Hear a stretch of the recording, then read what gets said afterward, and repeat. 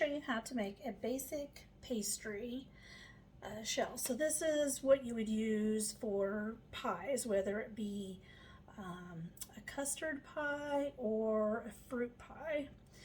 So in my bowl, I've got 2 cups of all-purpose flour, and I am going to add a tablespoon of sugar and a teaspoon of salt. Now I've modified the recipe that my mother had. So hers did not call for any sugar in the crust. But for a sweet pie, I think it might be kind of nice to have in there. And then her recipe just used shortening, but I'm going to use a blend of shortening and butter. So we're going to just give our dry ingredients a real quick mix here.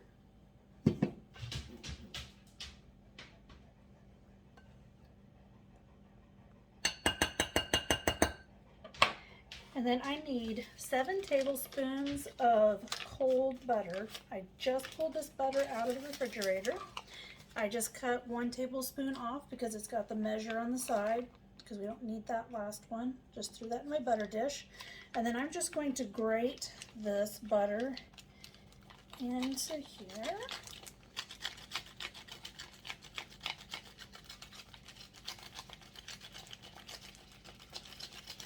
And I'm just trying to kind of use this wrapper so it's a little less messy.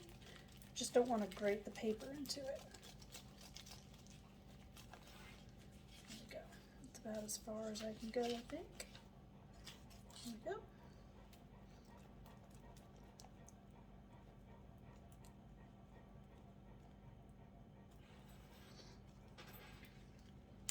You want to make sure that you use cold butter or cold shortening.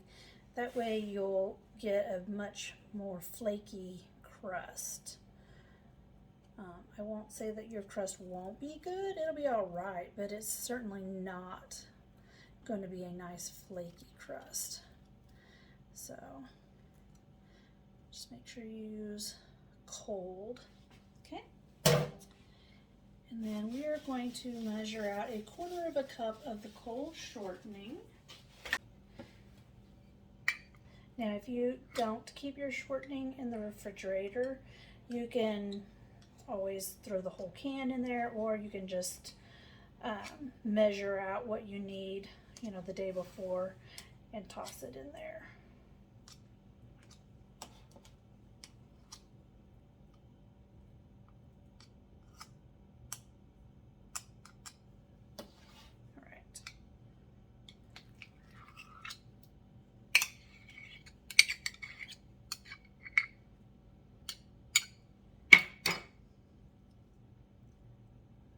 Go.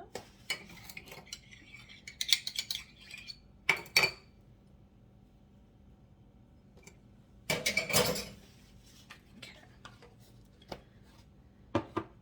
So now we're just going to start kind of mixing this a little bit. I'm just going to use my hands. They're clean. You could use a fork. You could use a pastry blender. Or you could put this all into a food processor and pulse it, and that would mix it up really quick.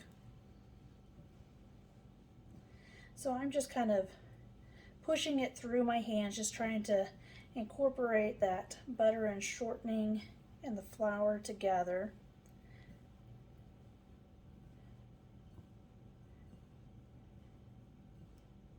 Till I get all the big chunks taken care of.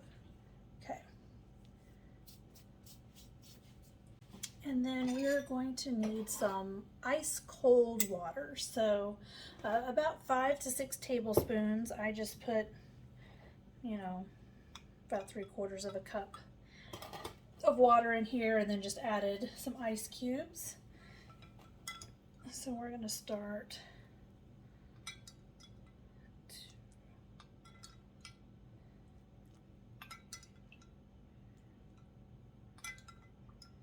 We'll start with just 5.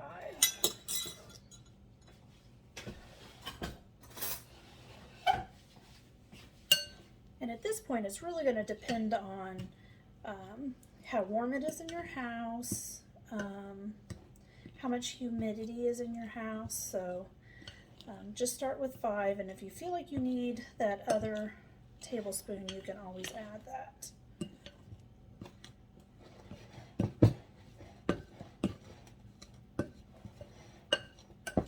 You just don't want your dough to be wet.